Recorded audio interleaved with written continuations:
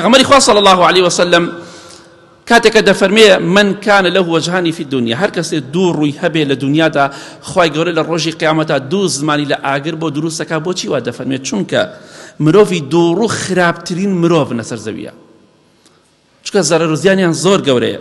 با بە خۆشیان بڵێن عاقڵ و زۆرزان، تێگەیشتوو، سیاسی، نازانم چی.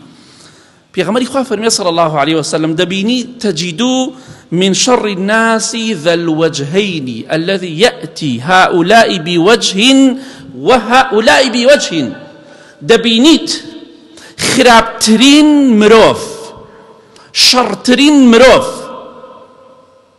او مروفیا که دوو ڕووی هەیە، لای مرۆڤێک بە شێوەیەکە، لای مرۆڤەکەی تر بە شێوەیەکی ترە. لای تۆ دەڵێ تۆ ڕاستەکەی، لای ئەوە کتر دەڵێ وەڵا فڵان کەس ڕاست ناکە. ئەمە دوو ڕووە، ئەمە شەڕ الناس، خراپترین مرۆڤ مرۆڤی دوو ڕووە. لای هەر کەسێک بێ ئەو کەسە چۆنی بێ ئاوایە. ئەمە خراپترین مرۆڤن. بۆیە پێغەمبەری خوا فەرمێ صلی الله عليه وسلم ئەوانە دوو زمانی ئاگریان بۆ دروستەکرێ، ئەمڕۆ بەداخەوە و پێشتریش بە هەمان شێوە قەیرانی مرۆڤی یەک ڕووە. ئیمامی مالیکی کوڕی دینار کە تابعینە، سەحابەی بینیوە ڕەحمەتی خوای لێ بێ، ئەفەرمێ وەڵڵاهی ئەگەر خوای گەورە کلکی لە منافقەکان دەربکردایە، منافقەکان کلکیان لێ بڕوایە، کلکیان دەربکردایە، منافق مرۆڤی منافق کلکی دەربکردایە، سوێن بەخوا لەبەر کلکی منافق ڕێگا نەبوو لەسەر هیچ شوێنێکا بڕێتە ڕێوە. ئەمە لە سەدەمی سەحابە و تابعینە. ئەبێ ئەمڕۆ چۆن بێ؟ والله ئەگەر ئێستا منیش قسەکەی ئەو دەکەم، والله خوای گەورە بمان پارێزێ، ئەگەر منافقەکان کلک دەربکەن، سوێن بەخوا نەجادە ڕێگا هەیە بڕۆی، نە کۆڵان نە هیچ شوێنێک. ئەوە حەقیقەت و ڕاستیەکە. چونکە ئەم سەحابە و تابعینانە کاتی ئەوە بە ترسناکی باسیەکەن زۆر مشکلە، بێ ئینسان ئاگادار بێ. ئیمامی حەسەنی بەسری ڕەحمەتی خوا لێ بێ فەرمووی ئەگەر تەئکید بم لەوەی کە منافق نیم، پێم خۆشترە لەوەی پڕی ئەم زەوی ئاڵتونم هەبێ. ئینسانە بێ بترسێ لە منافقی. صفەتی منافق درۆ دەکات، وعدە خلافەکە، چیەکە چیەکە تۆ خۆتی دەپارێزە بۆی نەبیتە منافق. حەزی بە سەرکەوتنی مسلمان نییە، حەزی بۆیە ئیسلام لەگەڵیان نەگونجا بە قسەی ناکە، ئەمە منافقە.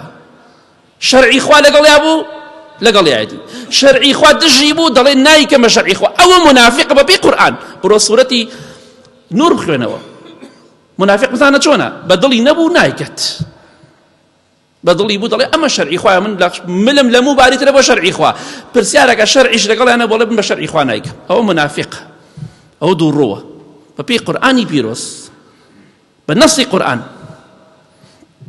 کەواتە ئاگادار بە ئەمڕۆ خەڵکی بەداخەوە خەڵکی دووڕوو زۆر بووە، قەیرانی یەکڕوویە، خەڵکی وای لێ هاتۆ مرۆڤی مەسلحەچی و دوو لۆ ڕێبەرستان زمان لووس و ماساوچی زۆر بووە، بازاڕیان گەرمە گەرم. ئەوەی مەسلحەچی بێ، زمان لووس بێ، بازاڕی گەرمە، ئەوەشی یەکڕوو بێ پێڵەن گێل و نەزان. کەسێکی فەقا فڵان کەس گێلە نازانێت بەخۆی بژی، کورە لە هەر شوێنەکە بخۆت بی بچڕە. قەیچێکە لای فڵان بڵێ فڵان حیزبم، لای بڵێ فڵان حیزبم. ئەی تۆ منافق نەی، منافق هەر نییە. منافق چییە؟ خۆ منافق چوار چاویریە، هەردوو چاوی هەیە، هەردوو گوێ هەیە، یەک دەمی هەیە لە دنیادا، یەک زمانی هەیە لە دنیادا، هەروەکو خۆمان دوو پێ و دوو قاچی هەیە. بەڵام چییە؟ ئەوەیە لە هەر شوێنێکۆ پێی بگرێ بۆی ئەی بچڕێ.